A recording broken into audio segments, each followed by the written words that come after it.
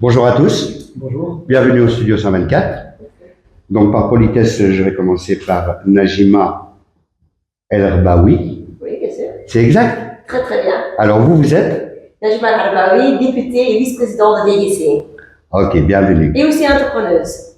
En plus? En plus. Oh, quelle Et chance. maman solo. Ilyes Elomari. Ouais, c'est bien moi. Donc, Alors vous êtes? Je suis député. Ah, pas de chance, oui. Je suis ici secrétaire du bureau, donc au sein du Parlement. Et je suis aussi un entrepreneur. Donc voilà. La totale. Je ne sais pas si c'est la totale, Presque, mais presque. presque. Alors, Monsieur Chadi, Chefran, vous êtes? Je suis entrepreneur aussi et tête de liste candidat pour ministre Rondalet. Bon, je crois qu'on s'est trompé de mission. Bon, pour revenir à la réalité. Aujourd'hui, on est en pleine négociation de plusieurs partis pour pouvoir se battre pour les communaux. Donc, si vous êtes là aujourd'hui, c'est parce que je voudrais avoir vos sentiments. Donc, on commence par madame, par politesse. Dites-nous un peu ce que vous pensez actuellement de cette atmosphère qui est ici à Bruxelles. Je pense que l'atmosphère est positive parce qu'on a bien vécu comme Team Fouad Heda, parce qu'on a déjà eu 3 sièges parlementaires au Bruxelles capitale et aussi une au Parlement flamand. Donc on a fait la surprise le 9 juin et aujourd'hui on compte aussi faire la surprise le 13 octobre. Donc vous êtes vraiment convaincu que les choses prennent une bonne tournure actuellement pour ce parti-là? Je pense qu'il y a un bel futur pour cette nouvelle partie qui vient de se créer, oui. Alors, que pensez-vous de l'acharnement qu'il y a sur Fouad? Oui, je pense que c'est plus de taquinage parce que Fouad, ça fait 20 ans qu'il est dans la politique. Il était avant chez le Vorreut. Il n'était jamais été un problème pour lui, pour être musulman en fait. Mais aujourd'hui, parce qu'il a fait sa propre politique parti, aujourd'hui, ça pose un problème. Mais je pense que c'est plus une attaque personnelle qu'une attaque pour connaître vraiment le programme. Ça, c'est bien. Ilyes, votre sentiment par rapport à la question que je viens de poser? Je vais rejoindre ce que dit ici ma collègue, dans le sens où on a créé une réelle surprise. Pas beaucoup de monde s'attendait à ces résultats. J'ai juste un peu à corriger. Donc on n'a pas 4 parlementaires, 3 parlementaires sur Bruxelles Capitale et 1 parlementaire sur la région, sur le Parlement flamand. Donc on a 4 parlementaires et à rien, on a fait y avoir un parlementaire au niveau des fédérales, ce qui n'est pas rien. Voilà, ça c'est la première des choses. Au niveau du ressenti, il faut savoir que la Team Falaïda était constituée d'une vingtaine de personnes il y a quelques mois. Aujourd'hui, on est plus de 300, je pense 350. On a une liste aussi sur Gand et on a une liste aussi sur Anvers. C'est quand même bien étalé, sachant que c'est un parti qui n'a même pas une année. Oui, d'accord, mais il y a quelque chose qui dérange dans ce comportement. Il y a quelque chose qui dérange. Qu'est-ce qui dérange les autres partis? On n'est pas un parti traditionnel. Déjà de 1. Les partis traditionnels n'ont pas encore la phrase de l'ombre. Faire du nombre de partis, c'est un souci. Troisième des choses, il y a ce qu'on appelle des sondages, c'est que on a été cette fameuse, vous savez, cette sandale, ce grain de sable qui vous gêne dans votre sandale. Et donc, on a un peu changé la donne sur Bruxelles Capitale. Et c'est vrai qu'il y a des partis de gauche qui ont été un peu plus affaiblis. Et donc, après c'est pas prouvé, mais d'après leurs sentiments, on aura capté un électorat, que ce soit de gauche, que ce soit de centre, même des gens de droite. Hein. Et donc, moi, après, bon, c'est mon analyse, hein, donc elle ne concerne pas. Oui, on entend bien. Voilà, c'est notre propre analyse. Mais aujourd'hui, ce qu'il y a, c'est que on sort du sillon, donc on crée un nouveau parti qui est quand même, très médiatisé positivement et négativement. Et alors, qu'est-ce qui dérange les grands partis? C'est ça, c'est le fait de capter des voix et d'avoir changé la donne et les rapports de force à Bruxelles. On sait très bien que pendant plus de 20 ans, c'était la gauche qui était au pouvoir ici, et elle a passé la main à la droite. Donc oui, effectivement, on est un peu... Et il y a ça, et il y a ce qu'on appelle le ciel.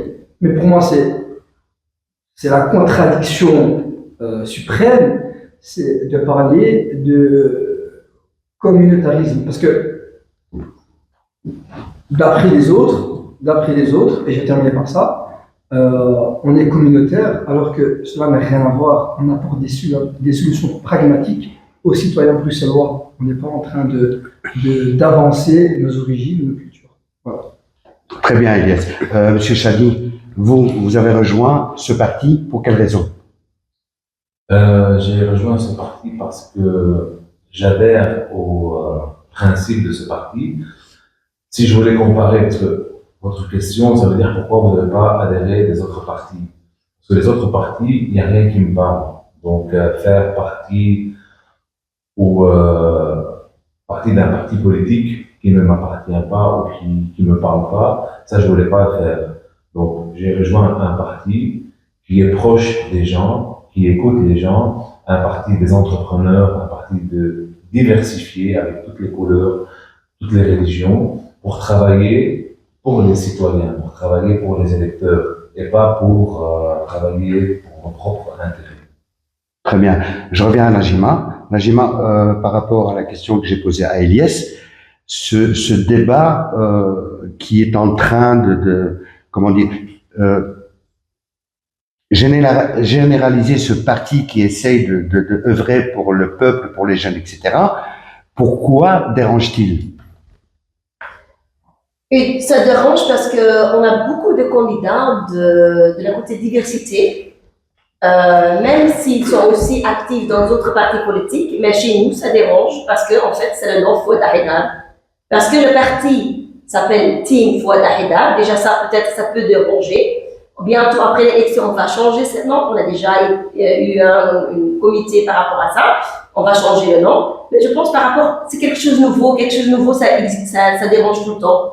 En fait, ils ont besoin d'habituer à cette nouvelle partie, connaître notre valeur, nous connaître aussi personnellement.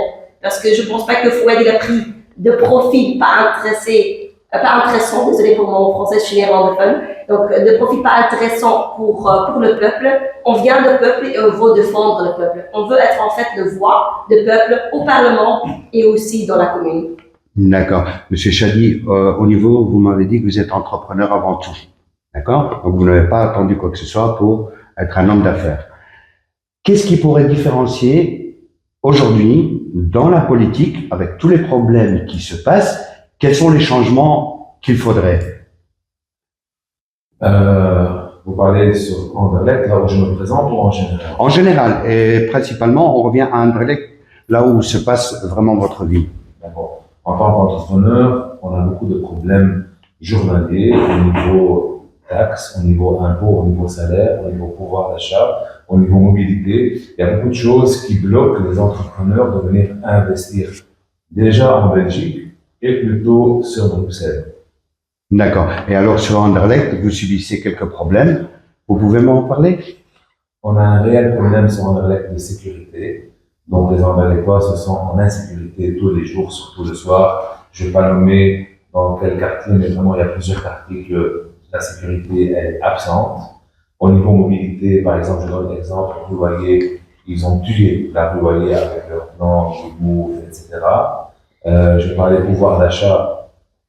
C'est tous les Belges, surtout maintenant, parce que je me présente sur Anderlecht, les taxes communales qui sont hyper élevées. On a promis de baisser les taxes, mais ça n'a pas été fait.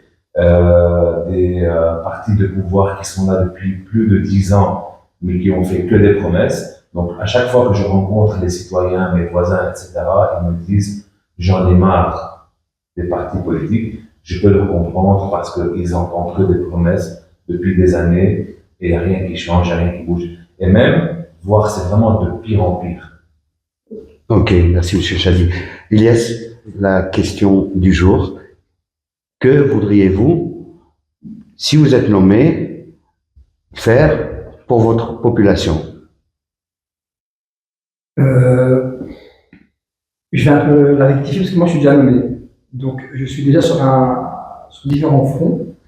Moi, il y a deux choses qui pour moi sont essentielles au niveau de mes concitoyens bruxellois.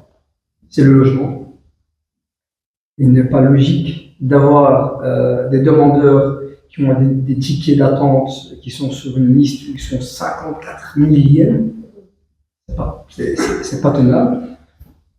Deuxième des choses, il n'est pas logique, et là on va parler plutôt de l'inflation, d'avoir un revenu net de 2 000 euros et de payer un loyer de 1 200 euros. C'est à un moment donné, le citoyen est frustré, est frustrant, par la même occasion. Donc, ça c'est le premier volet. Et le deuxième volet, c'est Bruxelles est une ville qui a des gros, à mon sens, c'est une ville qui n'est pas super propre par rapport à ses voisines européennes. Des communes, Anderlecht est l'une des communes les plus saines d'ailleurs. Et je pense que les législations dernières qui sont passées n'ont pas. Moi je pense, hein, au lieu de s'attaquer à des problèmes qui ne sont pas des problèmes, comment dirais-je, qui ne sont pas des problèmes à traiter, qui sont des problèmes abstraits, comme Le port la du foulard, religion, par exemple. Voilà, le foulard, la religion. Exact. Voilà. Les faux problèmes, en fait. Les excuses pour pouvoir À un moment donné, développer. il y a un problème social qu'il faut régler aujourd'hui. Le citoyen, il veut des réponses concrètes. Il y a un travail social à faire. Le citoyen, il veut quoi? Il veut aller travailler, avoir un salaire voilà, correct. Ouais, de ce fait-là, il n'y a pas assez de Il veut un développement toit, pour les emplois. il veut un toit décent. Il veut qu'on puisse garder ses enfants quand ils puissent aller travailler, surtout pour les mamans solo. Le citoyen, aujourd'hui, est demandeur. Et il faut arrêter avec ces questions d'islamisme, ces questions qui sont pour moi accessoires. D'accord, yes, c'est très bien. Madame Najima, alors, si demain vous êtes dans la majorité, quels sont les axes de travail? Les axes de travail, qu'est-ce que vous voulez dire avec ça? Comment on va travailler? La priorité de travail. Déjà, moi, la première chose, égalité de chance. Je trouve ça très très important, égalité de la chance. Donner tout le monde la possibilité d'aller travailler, motiver les gens pour aller travailler pour un salaire supérieur que les gens qui partent par exemple au chômage. Diminuer le chômage. Ici à Bruxelles, je trouve ça aussi très important, mais avec un salaire correct. Parce qu'aujourd'hui, il y a le gap, donc la différence entre aller travailler et être au chômage, c'est presque la même chose. C'est plus facile, c'est plus utile pour rester à la maison qu'aller travailler. Donc, on doit vraiment trouver une solution par rapport à ça. D'accord, mais diminuer le chômage, il faut créer de l'emploi. Bien sûr, on doit créer l'emploi. Je trouve ça aussi très important. Donc, taxez moins les entreprises, comme ça, ils ne partent pas ailleurs. Parce que beaucoup les entreprises, ils sont beaucoup taxés, et c'est pour ça qu'ils partent à deux autres pays moins taxés. Donc, on doit aussi trouver une solution pour cela. Après aussi, la jeunesse, c'est aussi très, très important, parce que le jeune, c'est le futur adulte de demain. On doit investir dans nos jeunes, on doit leur former, on doit leur donner des possibilités pour grandir. Donc, si on n'investit pas dans notre jeune, on perd une génération. Et cette génération, il ne va pas créer, en fait, il ne va pas travailler pour mettre l'argent dans le pot pour les seniors qui après ils sont aussi dans les maisons de repos où ils attendent une pension. D'accord, mais les seniors, ils ont travaillé la majorité, ils ont travaillé toute leur vie. Bien Donc, sûr. ils ont quand même droit à pouvoir bénéficier de ce retour, Bien non? sûr, et si demain il n'y a plus de l'argent pour cette senior, ils ont travaillé toute leur vie, mais après à la fin, il n'y a même pas de l'argent pour leur donner une pension. D'accord, mais ces gens âgés, comme vous dites, les pensionnés, etc., ils ont contribué déjà toute leur Bien vie. sûr. C'est pour ça Donc, qu'il si faut- demain, il n'y a plus d'argent, comment se fait-il qu'il n'y aura plus d'argent? Parce que peut-être l'argent il a mal utilisé. Il a mal utilisé. Donc, une question pour vous trois, celui qui veut répondre, etc. Quelle est l'astuce pour pouvoir attirer les sociétés et faire travailler les jeunes, comme vous dites, et pouvoir un peu bénéficier de toute autre chose que ce qui se passe depuis 20 ans? Qui veut répondre à cette question? Je peux prendre la parole? Oui. Ok, d'accord. La première des choses, c'est qu'il y a quelques années de cela, pour pouvoir ouvrir sa société à Bruxelles et en Belgique, il faut ce qu'on appelle la gestion. À un moment donné, la région flamande a très bien compris l'enjeu et a dit attendez, On n'a pas forcément besoin de gestion. Il y a des personnes qui sont autodidactes et qui peuvent ouvrir leur société. Donc, il y a eu, Bruxelles s'est appauvri et plein de sociétés ont eu leur siège dans la périphérie. Il faut savoir que la région de Bruxelles capitale est enclavée en Flandre. Donc, Bruxelles s'est appauvri. Donc, la solution pour relancer l'économie, c'est une chose, c'est de faciliter, mais ça se fait là, tout doucement à Bruxelles, l'accès à la profession. Parce que, on va dire, je donne un exemple. Mon père est boucher, 45 ans, je suis né dans la boucherie, j'ai pas de diplôme de boucher, moi. Mais je travaille, je pourrais être un meilleur boucher qu'un diplômé parce que je suis du métier, entre guillemets, je travaille avec mon père. Donc je n'ai pas forcément de certificat qui peut reconnaître ma compétence, mais je suis compétent. Les Flamands l'ont compris bien avant. Donc ça prend des choses, faciliter l'accès. Deuxième des choses, les impôts. La fourchette d'impôts, essayer de la revoir. Et pour justement parce que le premier revenu de la Belgique, c'est pas ArcelorMittal, c'est pas Ikea. Eux, ils ne paient pas beaucoup d'impôts. Non, ils sont même subventionnés par l'État. Parce qu'ils engagent beaucoup de monde. Non, ce sont les PME. Les PME, c'est les premiers cotisants. Et malheureusement, il y a plein de PME qui font faillite parce qu'ils suffoquent. Ce que je comprends bien, Yes, au plus on est grand, au plus on vient de l'étranger, au plus on bénéficie de l'aide de l'État. Totalement. Qu'on ne bénéficie pas de l'aide, ça, je n'irai pas jusque-là, mais en tout cas, qu'on ait des flexibilités et des allègements fiscaux, totalement. La Belgique, pour les grandes richesses françaises, c'est un paradis fiscal. Et les jeunes qui n'ont pas de travail, eux, ils subissent. Donc du coup, les jeunes, et à Bruxelles, parce qu'ici, le problème de Bruxelles, il est très compliqué. Et puis je laisse mes collègues parler, pour ne pas monopoliser la parole, mais juste une chose que Jonathan voulait dire, c'est que Bruxelles est une ville paradoxale. C'est-à-dire que c'est l'une des régions les plus riches d'Europe, avec l'une des populations les plus pauvres de Belgique. Il y a un paradoxe énorme, c'est-à-dire qu'à un moment donné, le législateur, il s'est trompé dans son calcul. Donc, moi, et ce sera ma dernière phrase, ce que je préconise, c'est que on espère rentrer au gouvernement, qu'on puisse apporter une nuance à la gestion qui, pour moi, je dirais pas chaotique parce que c'est pas bien non plus, mais qui est déficitaire, et essayer de relancer l'économie, de reformer. Bruxelles est une ville bilingue. De trouver les solutions adaptées. Mais le bilinguisme, attention, parce que le bilinguisme est super important à Bruxelles. Parce que maintenant, on demande à ce que, surtout en tant que fonctionnaire ou dans les grosses boîtes, on demande un bilinguisme. Du coup, les Flamands sont beaucoup plus bilingues que les francophones, que les Bruxellois. Et donc, effectivement, tous les postes où le bilinguisme est requis et occupé pas par des Bruxellois. Quand vous parlez de bilinguisme, vous parlez du néerlandais et du français. Ah oui. Mais à Bruxelles, il n'y a pas que le français et le néerlandais. Ah oui, mais déjà, dans l'administration, on demande le minimum, c'est le bilinguisme. Oui, dans l'administration. Mais quelqu'un qui ne connaît pas... les postes qu'il y a à prendre dans toutes les administrations à Bruxelles, toutes les grosses boîtes. Et après, on vous demande d'apprendre l'anglais et autres. Mais je reviens à ça. Généralement, un francophone n'aura pas un anglais parlé comme un flamand. Vu que le flamand et l'anglais sont des langues germaniques, enfin, des dialectes germaniques. Donc, du coup, on retombe à la case départ. Il faut, à un moment donné, former nos étudiants, comme Najima a très bien dit, encadrer.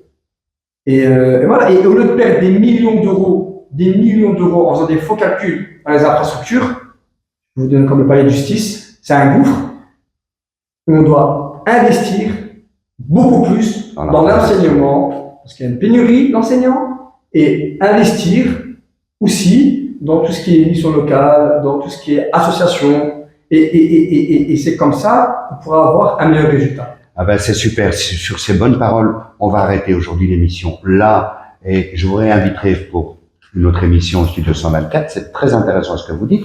Maintenant, on va commencer par madame, le dernier mot pour vos futurs locataires. Moi, je me présente sur Anderlecht, Sifo-Daheda. Je crois très fort à cette commune parce qu'il y a tellement de jeunes qui doivent être aidés et je serai toujours à côté des jeunes. Merci. Ilyes? si nos électeurs nous font confiance, on ne promet pas la lune, mais je suis sûr qu'on pourra soulager nos concitoyens bruxellois. Super. Monsieur Chadi. Moi, j'ai dit qu'on est là pour travailler et pour les écouter et pour faire tout ce qu'il faut pour en aller. On a un petit slogan qu'on le partage entre nous. We're gonna make Anderlecht great again. Un vrai entrepreneur. Un grand merci et à la prochaine pour une autre Merci à aventure. vous, merci à vous. Merci Merci à beaucoup. Attention, vous avez dit, locataire. 124news.be, la référence de l'actualité belge et internationale.